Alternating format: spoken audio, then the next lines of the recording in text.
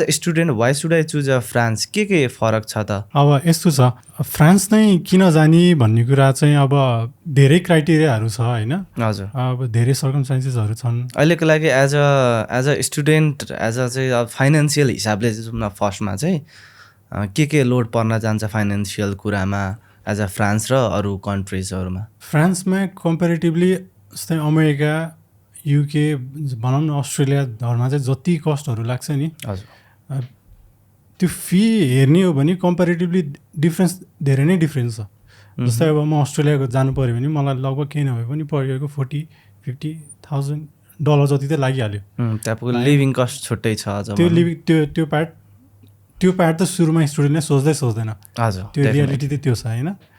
So फ्रान्सको केसमा चाहिँ के छ भन्दाखेरि धेरै अब जस्तै पब्लिक र प्राइभेट युनिभर्सिटी गरेर डिफ्रेन्ट छन चाहिँ होइन। हजुर, तर अब युजली अब आफ्नो के अरे स्टुडेन्टको जिपिएहरू या एकाडेमिक भनौँ न, हजुर, त्यो अनुसारले चाहिँ जानियो भने कस्ट चाहिँ लगभग, यदि प्राइभेटमा जानियो भने लाइक भनौँ न मैले के अरे 10,000 देखि 15,000सम्म लगभग मैले राम्रै कलेजहरूमा मेरो एडमिसन पाउँछु होइन। त्यो भन्ने बित्तिकै मेरो लाइक इन्टु 4 टाइम्स भनेको मेरो कस्ट त्यही नै रिड्युस भइसक्यो।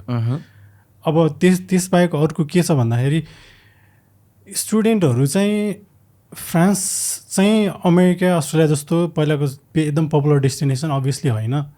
तर स्टुडेन्टलाई के छ भन्दाखेरि चाहिँ अब अमेरिका, अस्ट्रेलिया चाहिँ एकदमै अरूको भरमै लैलै लागेर म भन्दिनँ जस अब उनीहरूले चाहिँ अब ऊ पनि गइरहेछ वाइ नट मी भन्ने छ होइन। तर फाइनेन्सियली बर्डन अभियसली हेरिँदैन। तर फ्रान्सको केसमा चाहिँ एजुकेसन म्याक्सिमम नै कम भइसक्यो होइन। त्यो बाहेक अरू लिभिङ कस्ट पनि अब कम्पेरिटिभली हेऱ्यो भने फ्रान्सको लिभिङ कस्ट चाहिँ सस्तो पनि छ र त्यो बाहेक अरू पनि धेरै फेसिलिटीहरू छ। जस्तै भनौँ हेल्थ र एजुकेसनमा गभर्मेन्टले एकदमै धेरै नै फन्ड दिइरहेको हुन्छ होइन। स्कलरसिप पाउनेदेखि लिएर या पब्लिक युनिभर्सिटीमा पढ्नेहरू कुराहरू चाहिँ एकदमै राम्रो फेसिलिटी छ, जुन चाहिँ जेनरलमा अवेरै छैन भनौँ न। अनि मान्छेहरू चाहिँ अब म अस्ट्रेलिया गएँ, म अमेरिका जान्छु भन्ने सँगसँगै त्यहीसँगै लागिन्छ। त्यही भएर युजली भएको चाहिँ त्यो छ। भनेपछि जस्तै एउटा कुरा सुन्नमा आएको थियो, मैले एउटा आर्टिकल पढाएको थिएँ सोसल सेक्युरिटी भन्ने। त्यो चाहिँ के हो अलिकति इलाबोरेट गरेर भन्दैन, त्यो स्टुडेन्टले पाउने फेसिलिटी के छ त्यो सोसल सेक्युरिटीबाट? यो सोसल सेक्युरिटी भनेको चाहिँ स्टुडेन्ट मात्र होइन, फ्रान्समा रेसिडेन्ट जो बस्नेहरू हुन्छ र भनौँ न जो जेनरली फ्रान्समा जो बसिरहेछ उनीहरू सबैजनाले पाउने त्यो एउटा इन्सुरेन्स हो, हेल्थको इन्सुरेन्स। अब अभियसली त्यो एउटा एडभान्टेज के हुन्छ भन्दाखेरि स्टुडेन्टहरू अब युजली अरू देशहरूमा जस्तै अमेरिकाको केसमा गऱ्यो भने त्यहाँ चाहिँ इन्सुरेन्स चाहिँ अब अलिकति बढी फेसिलिटी चाहिँ अमेरिका बस्ने चाहिँ हुन्छ नि, पर्मानेन्ट बस्नेहरू, अस्ट्रेलिया बस्ने पर्मानेन्टहरू, यो भनौँ न अरू कन्ट्रीहरूमा बस्नेहरू उनीहरूले पाउँछ। तर त्यहाँ चाहिँ सबभन्दा राम्रो प्लस पोइन्ट के छ भन्दाखेरि यो सोसल सेक्युरिटी चाहिँ जस्तै म एज अ स्टुडेन्ट गएँ, हजुर, म गएपछि मैले त्यो के अरे सोसल सेक्युरिटी मैले अप्लाई गर्न पाइहालेँ। सो त्यो अप्लाई गर्ने बित्तिकै के हुन्छ भन्दा मेरो 80% चाहिँ मेरो हेल्थ इन्सुरेन्स गभर्मेन्टको थ्रुबाट कभर भइहाल्यो, जुन युएसए अस्ट्रेलियाहरूमा खासै हुँदैन। युएसए अस्ट्रेलियामा पे गर्नुपर्छ हेल्थ इन्सुरेन्सको लागि होइन, त्यहाँ पे गर्नु पर्दैन। भनेपछि फ्री अफ कस्ट भन्दा नि एकचोटि चाहिँ have to pay how much? €180 pay गर्नुपर्छ। 180 €। जस्तै अब अहिलेको लहर लागेको छ नि, जस्तै धेरै कन्सल्टेन्सीहरूबाट स्टुडेन्ट वा अरू कोही ठगिनु भएको छ। मेजर स्क्यामहरू के देख्नु भएको छ? जस्तै एज अ कन्सल्टेन्सी पनि एज अ स्टुडेन्ट पनि के कुरामा चाहिँ हामी अवेर हुनु पऱ्यो, कुन चाहिँ राइट कन्सल्टेन्सी, कुन चाहिँ रङ? म अब कमिङ टु द पोइन्ट है, म स्टुडेन्टबाट स्टार्ट गर्छु है। हजुर, किनभने म पनि एज अ स्टुडेन्ट म पढेर आएको होइन। एउटा स्क्याम भन्दा पनि अब मलाई स्क्याम भन्दिनँ, तर म यसलाई अझ के अलि अवेर नभएर गएको भन्छु स्टुडेन्टहरू होइन। जस्तै अब हामी जाँदाखेरि चाहिँ हामीलाई के फेसिलिटीहरू हुन्छ त्यहाँ होइन। जस्तै फर्स्ट कुरा गरौँला, एउटा कुरा एकोमोडेसनको कुरा गरौँ होइन। अब युजली कन्सल्टेन्सीको थ्रुबाट एउटा अकोमोडेसन लिएर भनौँ न, कन्सल्टेन्सीले यो अकोमोडेसनमा जाने भनेर भएका हुन्छ। अनि त्यो अकोमोडेसनमा गएपछि स्टुडेन्टलाई थाहै छैन म कहाँ गइरहेको छु भन्ने नै थाहा हुँदैन कि होइन। हजुर, त्यहाँ चाहिँ युजली मैले धेरै जस्तो स्टुडेन्टहरूको चाहिँ अलि बिजोगै भए अलिकति क्रिटिकलै जस्तो देख्छु म होइन, देखाएको थिएँ मैले होइन। त्यो एउटा चाहिँ स्टुडेन्टहरू अवेर हुनुपर्ने कुराहरू चाहिँ यस्तो कुरा चाहिँ होइन। यो अकोमोडेसनको कुरा भयो, अनि त्यहाँ जाने बित्तिकै पाउने फेसिलिटी भनौँ न, ट्रान्सपोर्टेसनको फेसिलिटीमा कति रिडक्सन छ। हजुर अकोमोडेसनमा त भनौँ न तपाईँलाई यो गभर्मेन्टले दिने छुट्टै छ, कलेजको स्टुडियो अपार्ट भन्ने छुट्टै छ होइन, हजुर अनि क्याम्पसको छुट्टै हुन्छ। त्यसमा चाहिँ लगभग भनौँ न 250 देखि 500 युरोसम्म पाइन्छ। तर त्यो स्टुडेन्टहरूलाई त्यो कुरा अवेरै छैन, त्यो स्टुडेन्टलाई त्यो कुराहरू चाहिँ नलेजै नदिकन पठाइन्छ। अनि स्टुडेन्टहरूको युजली त्यो पहिलो त्यहाँनिर चाहिँ अलिकति क्रिटिकल सिचुएसन भनौँ न। अलि अकोमोडेसन फेरि यस्तो छ कि फ्रान्समा अकोमोडेसन भएन भने केही पनि हुँदैन। न ब्याङ्क खोल्न मिल्छ, मेरो ब्याङ्क अकाउन्ट खोल्न मिल्छ, ब्याङ्क अकाउन्ट नहुने बित्तिकै मेरो अरू केही पनि काम प्रोसेस स्टार्ट हुँदैन। हजुरको त्यस्तो केही एक्सपिरियन्स छ? हजुर पनि पहिला फ्रान्स स्टडीको लागि जानु भन्नुभएको थियो, त्यस्तो केही घटना भएको थियो त तपाईँमा? मेरो घटना भन्दा नि अब थियो भनौँ। के भएको थियो अलिकति इलाबोरेट गरिदिनु न हाम्रो अडियन्सले नि। जस्तै त्यो जति अमाउन्ट मैले पे गरेँ होइन, हजुर अब मैले अरू कन्ट्रीहरूमा पनि त्यस्तो भएको चाहिँ मैले सुनेको छु होइन। अब जस्तै मैले त्यो बेला 250-300 युरोमा तिरेर, जब कि मलाई थाहा छ, मलाई थाहा थिएन त्यो बेला होइन। हजुर अहिले त्यति पैसामै मैले अलिकति रिसर्च गरेको भए हजुर म आफ्नो छुट्टै एउटा आफ्नै के अरे इन्डिभिजुअली म आफै एउटा स्टुडियो अपार्टमेन्ट यतिकै एउटा अपार्टमेन्ट लिएर म स्टुडियो अपार्ट भनौँ न, त्यो लिएर म बस्न मिल्थ्यो। म 4-5 जना मिलेर त्यसरी बस्न पर्दैन थियो होइन। जस्तै मिनिमम कतिजना बसिरहेको हुन्छन् एउटा रुममा? 4-5 जना बसेको हुन्छ एउटै रुममा। जस्तै हजुरले कति तिर्नु भएको थियो, कति वर्ष अगाडिको कति जति रेन्ट तिर्नु भएको थियो? मैले 2017 को कुरा हो, मैले रेन्ट कति 200 युरो तिरेँ। तर म धेरै बसिनँ, किनभने त्यसपछि म आफूले एक्सप्लोर गर्न थालिहालेँ। त्यसपछि मैले 1.5 महिनामै मैले अर्कोतिर राम्रो ठाउँमा सिफ्ट भइहालेँ। त्यसमा चाहिँ कति थियो युजली? त्यसमा मैले अर्को एउटा साथी राखेर बसेको थिएँ, त्यसमा 200 युरो पऱ्यो। ए भनेपछि अझै मैले तपाईँको एक्सपिरियन्स जान्न पाएँ। अब फर्स्ट हजुर अब यहाँबाट कुनै कन्सल्टेन्सीको थ्रु नै फ्रान्स जानुभयो होला होइन? हजुर। अनि त्यहाँ पछिको एक्सपिरियन्स, कलेजहरू, युनिभर्सिटीहरू कस्तो थियो? नेपाल र विदेशमा चाहिँ के फरक देख्नुभयो त? टिचिङ स्टाइलमा फर्स्टमा चाहिँ टिचिङ स्टाइलदेखि जाउँ, अनि त्यहाँको लाइफस्टाइल, कल्चरल अनि ल्याङ्ग्वेज ब्यारियरमा जाउँ न है। मलाई चाहिँ कलेजको जुन के अरे एजुकेसन सिस्टम हुन्छ टोटल डिफ्रेन्टै लाग्यो मलाई। एकदम मैले त एकदम इन्जोय गरेँ भन्छु म। जस्तै कस्तो थियो? यहाँ चाहिँ हामी मोस्टली चाहिँ कस्तो छ भन्दाखेरि हामी थ्योरिटिकल नलेजहरू धेरै पढ्छौँ होइन। हजुर। अब त्यो हामी के को लागि पढ्छौँ भन्दा इक्जाम पास हुनुको लागि पढ्छौँ यहाँ। त्यो इन जेनरलमा त्यस्तै नै छ, त्यो रियालिटी पनि हो होइन। हजुर। अब सायद मैले ब्याचलर गरेर गएपछि मेरो लागि त्यो टोटली न्यू एक्सपिरियन्स भयो मास्टर्स गर्न जाँदाखेरि होइन। मैले त्यहाँ चाहिँ म थ्योरिटिकल अभियसली त्यो पढाइ भइहाल्छ। तर त्यो सँगै कस्तो हुन्थ्यो भन्दाखेरि त्यहाँ केस स्टडीहरू हुन्छ क्या। अनि बिजनेस पढ्दाखेरि अब बिजनेसको रियल लाइफ केस स्टडीहरू के हुन्छ, मैले आज एउटा कोर्स पढ्छु अनि अर्को सेसनमा चाहिँ कस्तो हुन्छ भन्दाखेरि अब एउटा कुनै कलेज प्रोफेसरहरूले एउटा के अरे केसहरू दिया हुन्छ। हजुर। यो बिजनेस यस्तो केसहरू छ, यो यस्तो सिचुएसनमा कसरी डिल गर्ने, अब त्यो पढेको बेसिसमा त्यो एप्लिकेसन त्यहीँ भइहाल्यो क्या। सो त्यो चाहिँ एउटा इन्ट्रेस्टिङ थियो। अनि इभन इक्जाम पनि चाहिँ जस्तो हुन्छ, इक्जाम पनि अब हाम्रो एकदम घोकेर दिनै पर्दैन कि। हाम्रो त एकदम घोकेरै दिन्छौँ हामी, पास गर्नकै लागि भने पनि चिट चलेर हुन्छ कि के चलेर हुन्छ। एक्ज्याक्टली त्यो त्यस्तै नै छ। हजुर। तर त्यहाँ चाहिँ त्यो छैन। कस्तो छ जस्तै? त्यहाँ चाहिँ इक्जाममै केस स्टडी आउँछ क्या। अब जस्तै लेट्स चाहिँ अब अहिलेको ल भनौँ न यो राइट सेयरिङको कुराहरूमा भनौँ न, प्रब्लमहरू के छ, यसलाई कसरी ट्याकल गर्न सकिन्छ भनेर एउटा केस स्टडी दियो। अब अहिले यो कम्पिटिसनहरू आइरहेको छ राइट सेयरिङमा, अब हामी योभन्दा टपमा कसरी आउन सकिन्छ होइन। अब यसमा भएको फ्लजहरू कसरी चाहिँ त्यसलाई ओभरकम गर्न सकिन्छ भन्ने कुराहरू चाहिँ त्यस्तो केस स्टडीमा आउँछ, जुन हामीले त्यो अगाडि पढिसकेका हुन्छ होइन। अनि त्यो इम्प्लिमेन्ट यता गर्ने हो क्या। त्यो भने चाहिँ एउटा थ्योरिटिकल नलेज सँगसँगै एउटा प्र्याक्टिकल नलेज पनि एक्ज्याक्टली त्यही टाइममै भइहाल्यो कि। जुन चाहिँ अब केस स्टडिजहरू उठाएर अब त्यो राइट सेयरिङ कुनै नयाँ कम्पनीले खोल्नु छ भने त्यो पब्लिकै हुन्छ होला होइन, हामीले गरेको एज ए स्टुडेन्टले गरेको केस स्टडिजहरू।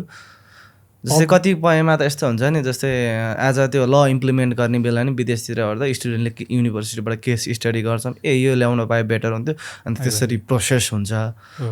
अनि जस्तै नेपालमा चाहिँ त्यो कुनै हालतमा पनि हुँदैन, पोलिटिकलमा पनि, बिजनेसमा पनि, कुनैमा पनि। त्यो सिनारियो टोटली डिफ्रेन्ट छ। पहिला सुरु यहाँ पब्लिकली आउँछ, अनि त्यसपछि अनि अलिकति बिजनेसहरू हुन्छ, अनि त्यसपछि के अरे पब्लिक भनौँ न गभर्मेन्टबाट अलिक इन्टरफियर जस्तो भनौँ न यहाँ, त्यसलाई एकदम मोटिभेट गर्ने भन्दा पनि अब त्यसलाई चाहिँ अब कसरी हुन्छ अब ट्याक्सेसन कुराहरू भनौँ न कसरी हुन्छ त्यो अलि हिन्ड्रेन्सहरू आउँछ कि यस्तो केसमा चाहिँ त्यो त्यस्तो केस चाहिँ अब अभियसली हुँदैन।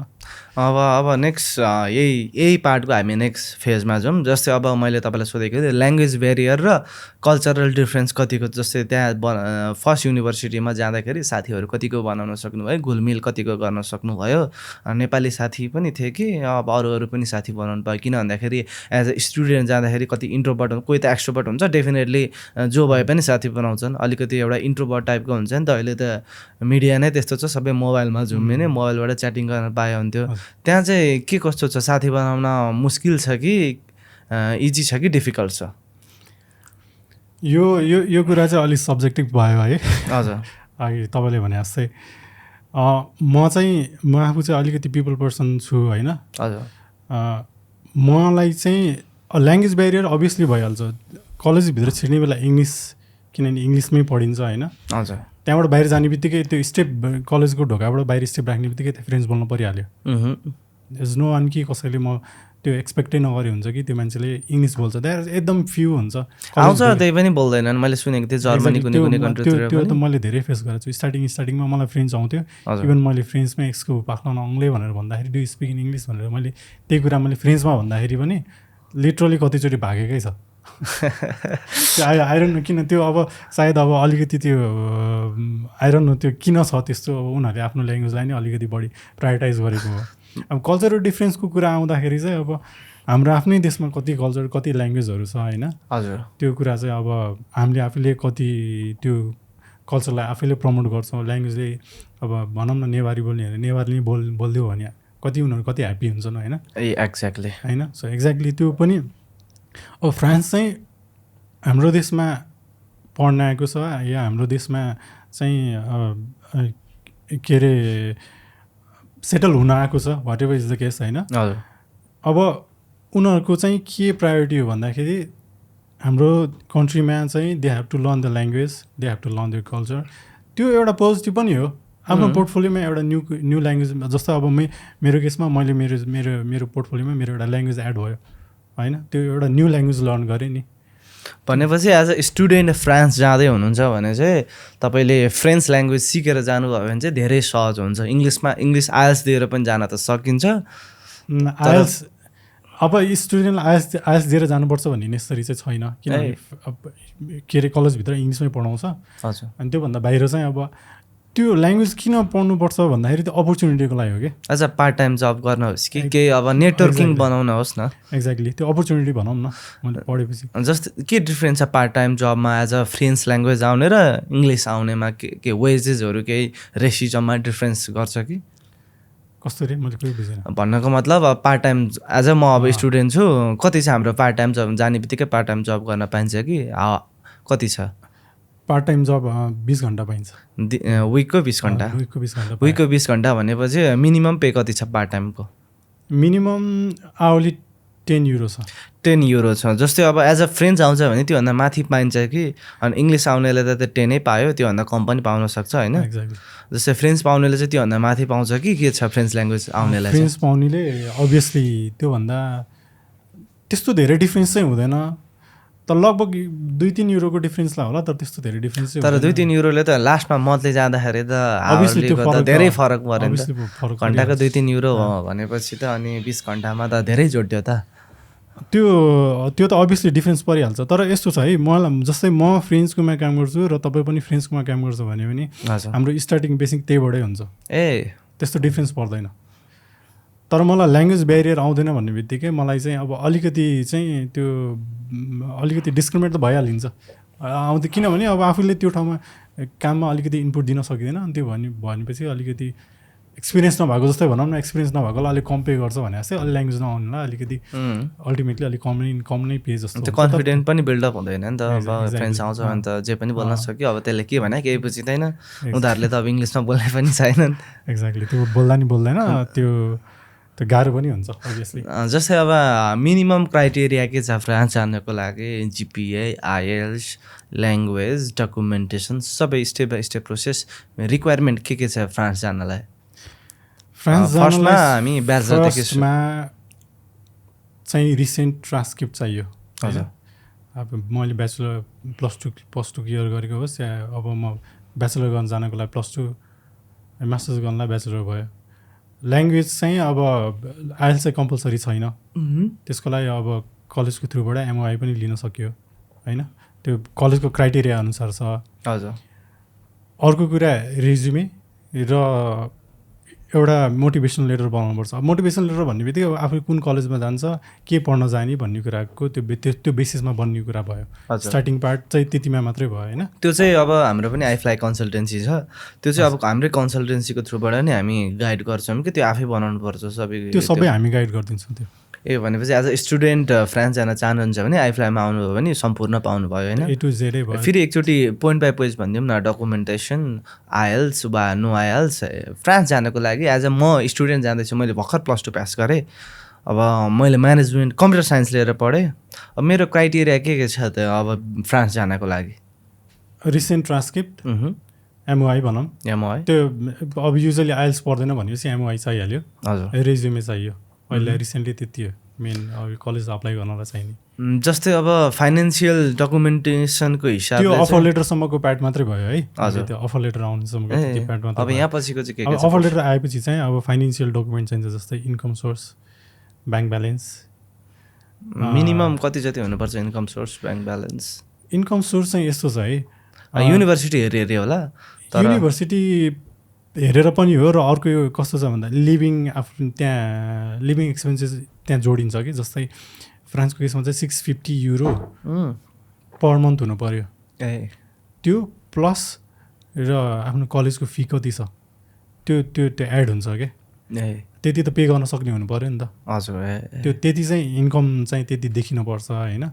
अनि त्यसपछि बाहेक भयो भने पनि त्यो ब्याङ्क ब्यालेन्स जुन चाहिँ अब मैले अब कमिङ इयरमा मैले त्यो कलेजको फी पे गर्छु भनेपछि फ्रान्स जान चाहनुहुन्छ भने चाहिँ आइफ्लाईमा आउनुभयो भने बिना आइएल्स पनि हामी जान सक्छौँ फ्रान्सको लागि है ढुक्कै साथ जान सकिन्छ जस्तै हाम्रो आइफ्लाईको लोकेसन कता छ होला एकचोटि हाम्रो अडियन्सहरूलाई बताइदिनुहोस् न हाम्रो आइफ्लाईको लोकेसन चाहिँ बालवाटारमा छ ठ्याक्कै यो ललिता निवास छिर्ने बाटोको ठ्याक्कै अपोजिटमै छ ओके अब हामी नेक्स्ट क्वेसनतिर सर्छौँ मैले अर्को कुरा एड गरेँ है मैले अघि एउटा कुरा भन्न बिर्सेँ जस्तो लाग्यो है कलेज अघि हाम्रो कलेज लाइफ कस्तो छ के अरे त्यहाँको स्टुडेन्टहरू कतिको फ्रेन्डली छ भन्ने कुरामा है या मैले त्यो यो कुरा चाहिँ कस्तो छ ओके म तपाईँलाई हजुरलाई फेरि क्वेसन सोध्छु फेरि भनौँ न अब एज अ स्टुडेन्ट तपाईँ पहिला पनि जानु भइसकेको छ फ्रान्स अब त्यहाँको इन्भाइरोमेन्टहरू कतिको फ्रेन्डली छन् साथीहरू कतिको फ्रेन्डली छन् के रेसिजम पाइन्छ त्यो एकचोटि आफ्नो मनबाट एक्सपिरियन्स बताइदिनु न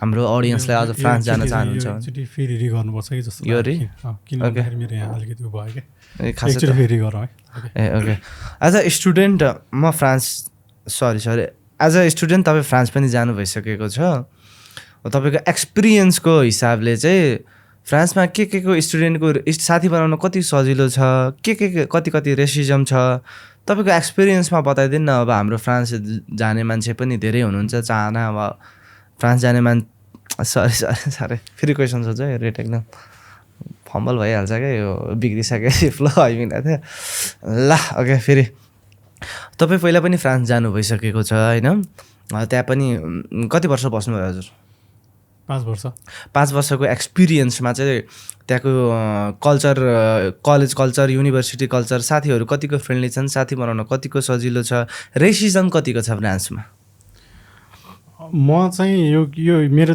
दुईवटा एक्सपिरियन्स छ ल मेरो फर्स्ट इयर जाँदाखेरि चाहिँ मेरो क्लासमा चाहिँ म एकजना मात्र एसियन थिएँ सबैजना चाहिँ फ्रेन्चै थियो ए तपाईँ एक्लै हुनुहुन्थ्यो एसियनमा इङ्ग्लिस बोल्ने चाहिँ म मात्रै थिएँ भनौँ न सबैजना फ्रेन्चै थियो लकिली चाहिँ मलाई कस्तो भयो भन्दाखेरि मेरो साथीहरू एकदम फ्रेन्डली क्या एकदमै हेल्पफुल क्या त्यो चाहिँ मलाई उनीहरूले इभन जब खोजिदिनेदेखि लिएर मलाई चाहिँ अब कसरी यो मैले त्यो ओफीहरू अप्लाई गर्ने सोसल सेक्युरिटी कसरी अप्लाई गर्ने क्या कसरी मलाई साथीहरूले हेल्प गर्छ फ्रेन्ड्स साथीले नै उहाँको रेसिडेन्टले नै तपाईँलाई गाइड गर्नुभएको एक्ज्याक्टली मलाई इभन जब खोज्न सबै उनीहरूले हेल्प गरिदिएको थियो म त्यो फर्स्ट इयरमा चाहिँ आई वाज भेरी लक्की भन्छु होइन अनि इभन उनीहरू चाहिँ अब ह्याङआउट गर्ने कल्चरहरूमा उनीहरूले जहाँ पनि मलाई लैजाने सायद म त एक्लै नेपाली भनौँ या लाइक के अरे English बोल्ने। एसियनको भएर ए इङ्ग्लिस बोल्ने भएर हजुर सायद उनीहरूले मलाई त एकदम राम्रो वेलकम गरेको थियो त्यो बेला चाहिँ।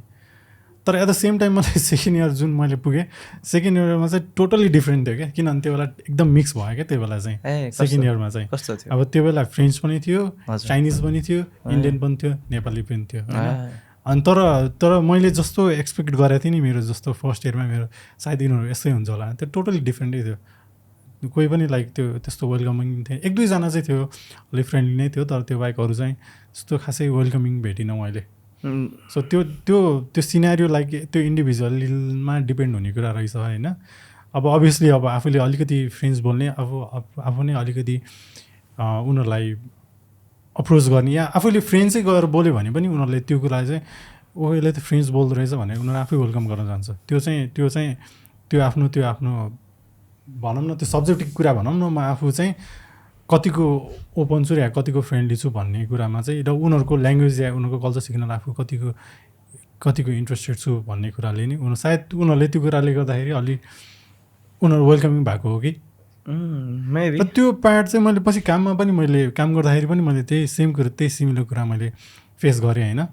ल्याङ्ग्वेज बोल्दै गयो उनीहरू एकदमै राम्रोसँग बोल्ने हेल्प पनि गर्ने, तर ल्याङ्ग्वेज बोलेन भने अब अभियसली उनीहरूलाई पनि आउँदैन, कति बेला लिटरली आउँदैन क्या। त्यो मेरो क्लासमा इभन इङ्ग्लिस पढ्दाखेरि पनि हामी इङ्ग्लिसमा पढ्दा पनि मेरो साथी चाहिँ कस्तो थियो भने उसलाई इङ्ग्लिस आउँदैन थियो, इङ्ग्लिसमा पढाइ भइरहेको हुन्थ्यो, त्यही पनि उसको साथीहरू त्यहाँ के अरे ट्रान्सलेट गरिदिने हुन्थ्यो, अनि इक्जाम फेरि उनीहरूले त्यही फ्रेन्चमै दिन्थ्यो। अब कुनै क्लासमा मेरो कस्तो थियो भन्दाखेरि फ्रेन्चमा पढाइदिरहेको हुन्छ होइन, किन युजली उनीहरूलाई थाहा हुँदैन, प्रोफेसरहरूलाई थाहा हुँदैन, फ्रेन्चमा पढाइदिरहेको हुन्छ। अनि त्यसपछि के अरे मेरो साथीहरूले चाहिँ यो के अरे यसलाई फ्रेन्च आउँदैन, इङ्ग्लिस पाख्लो पाउनले भनेर यसरी भन्छ, हि डजन्ट स्पिक फ्रेन्च भनेर भन्छ होइन।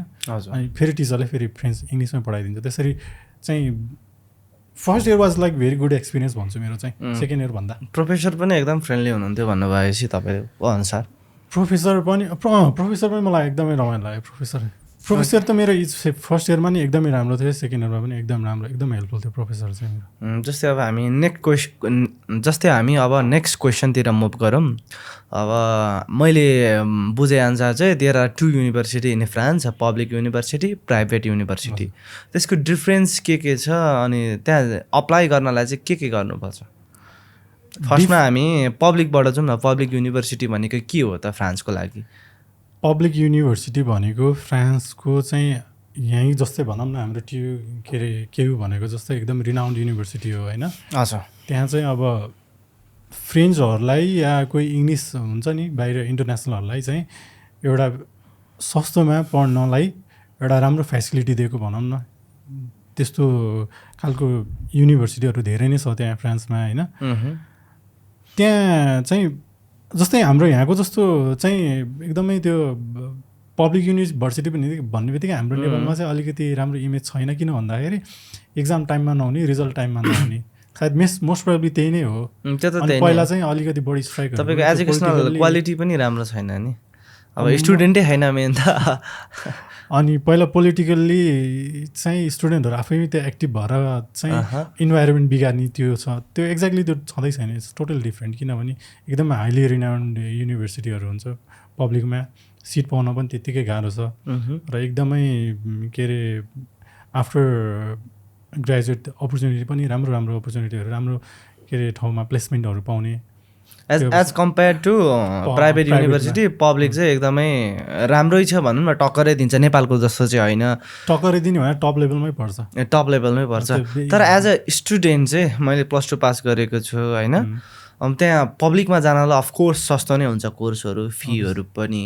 एज अ स्टुडेन्ट म जाँदैछु भने चाहिँ कति के तिर्नुपर्छ त? मैले पब्लिकमा कति तिर्नुपर्छ भन्दाखेरि नि पब्लिकमा चाहिँ च्यालेन्ज के छ भन्दाखेरि आफ्नो एजुकेसनल एकाडेमिक ब्याकग्राउन्ड कस्तो छ या प्रोफाइल कतिको राम्रो छ। लेट्स से भनौँ न +2मा मेरो केही नभयो भने मिनिमम 3.5 GPA भन्दा राम्रो हुनु पऱ्यो।